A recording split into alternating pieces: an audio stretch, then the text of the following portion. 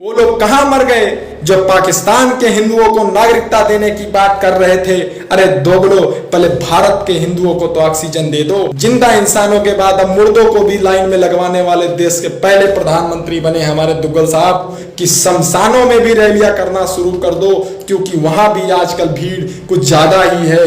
शर्म आती है मुझे अपने देश के नेताओं के ऊपर। ये जो भारतीय जनता पार्टी की सरकार है इतनी बद्दुआ ले रही है, इतनी बद्दुआ ले रही है।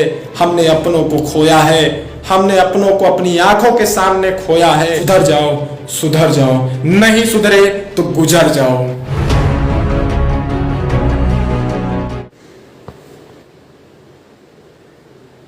नमस्कार, अस्सलाम वालेकुम दोस्तों, मैं राज त्रिपाठी, जिला जौनपुर से। जो लोग सोचते थे कि राज त्रिपाठी फर्जी मुकदमों व जान से मारने की धमकियों से डर गया है, वह सच के लिए आवाज नहीं उठाएगा और सरकार से सवाल नहीं करेगा, तो वह गलतफहमी में जी रहे हैं। क्योंकि जब जब योगी डरते हैं तो पुलिस को आगे करते हैं। भाजपाई हमें मुकदमों से डराना चाहते हैं और हम उन्हें सच के साथ हराना चाहते हैं। याद रखना कि हम तुम्हारे हर अत्याचार जुल्मों का हिसाब मुकम्मल जवाब देने के लिए बेताब बैठे हैं। साथियों, आज आपको यह बताने की जरूरत नहीं कि देश की हालात क्या हो गई है। अपनों की हालात मुझसे देखी नहीं जा रही, लेकिन फिर भी लगातार कोशिश जारी है कि मुझसे जो भी हो रहा मैं लोगों के लिए कर रहा हूं। लेकिन फिर भी मैं अपने आंखों के सामने कुछ लोगों को बचा नहीं पाया सरकार के खोखले सिस्टम की वजह से। तो कि मुझे बहुत दुख है, मुझे बहुत पीड़ा है। ये पीड़ा मैं आप लोगों को इस वीडियो के माध्यम से नहीं बता पा रहा हूं। ये जो हो रहा है ना, इसका जिम्मेदार भाजपा सरकार व हमारे प्रधानमंत्री जी हैं। वो लोग कहां मर गए जो पाकिस्तान के हिंदुओं को नागरिकता देने की बात कर रहे थे। अरे दोगलो, पहले भारत के हिंदुओं को तो ऑक्सीजन दे दो, तब जाकर नागरिकता देने की बात करना। क्या हालात हो गया है मेरे देश का। जहां देखो इलाज के अभाव से लोग मर रहे हैं। कौन है इसका जिम्मेदार?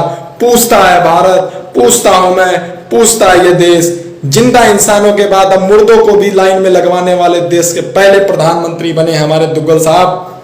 साथियों, याद रखना, मरने के बाद तुम्हारी गिनती न हिंदू में होगी न मुसलमान में होगी। सिर्फ भारत में कितने मरे हैं सिर्फ उसमें होगी। इसलिए ये हिंदू मुस्लिम की नफरती राजनीति बंद कर दो। अभी भी वक्त है, ये सब बंद कर दो। एक हो जाओ। सिर्फ सत्ता हथियाने के लिए इन राष्ट्रवादियों ने देश को बर्बाद कर दिया। जो लाइन 2016 में बैंकों से शुरू हुई थी वह 2020 में अस्पतालों से होती हुई 2021 में शमशान और कब्रिस्तान में पहुंच चुकी है। मैं भाजपा के नेताओं से कहना चाहता हूं कि शमशानों में भी रैलियां करना शुरू कर दो, क्योंकि वहां भी आजकल भीड़ कुछ ज्यादा ही है। शर्म आती है मुझे अपने देश के नेताओं के ऊपर कि सब कुछ बर्बाद हो गया है, फिर भी चुनाव प्रचार करने में व्यस्त हैं, मजा ले रहे हैं। साथियों, इस वीडियो को शेयर कीजिए। देश की जनता से निवेदन करता हूं कि इन बहुरूपियों का खेल का पर्दाफाश हो चुका है। अब इनकी औकात दिखाने का वक्त आ गया है। नाकाम कर दो इनके मंसूबे को।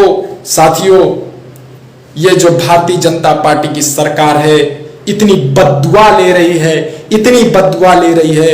हमने अपनों को खोया है, हमने अपनों को अपनी आंखों के सामने खोया है।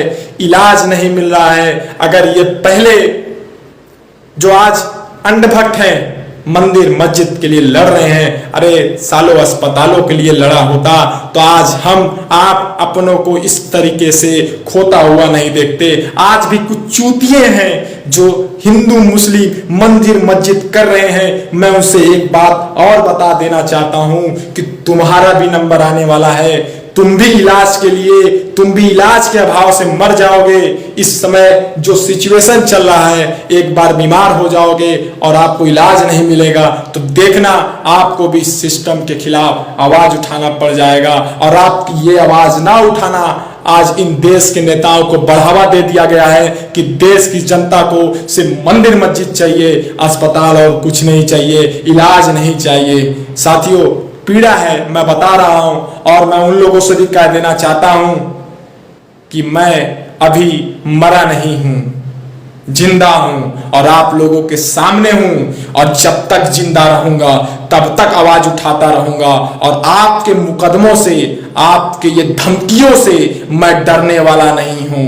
देखता हूं आखिर आप कब तक हमको धमकाते रहेंगे, कब तक आप हमको डराते रहेंगे। आप मुझे डराते डराते मुझे रोकने का प्रयास कर रहे हैं, लेकिन मैं उतनी तेजी से सच के साथ आप लोगों को बताते हुए आगे बढ़ूंगा, और आप मेरा जो करना हो कर लीजिएगा। साथियों, इस वीडियो को मैं यहीं तक विराम देता हूं, क्योंकि मैं अब आगे कुछ भी नहीं बोल पाऊंगा, क्योंकि मुझे जो इस पीड़ा है, आज थोड़ी सी पीड़ा मैं आप लोगों के साथ शेयर किया हूं, क्योंकि मैंने अपनों को खोया है। अब मैं नहीं चाहता कि औरों को भी मैं कुछ खोऊं, इसलिए मैं निवेदन करता हूं कि बंद कर दो ये नफरती राजनीति, बंद कर दो। इस समय एक होने का वक्त है, अभी भी समय है। सुधर जाओ, सुधर जाओ, नहीं सुधरे तो गुजर जाओ।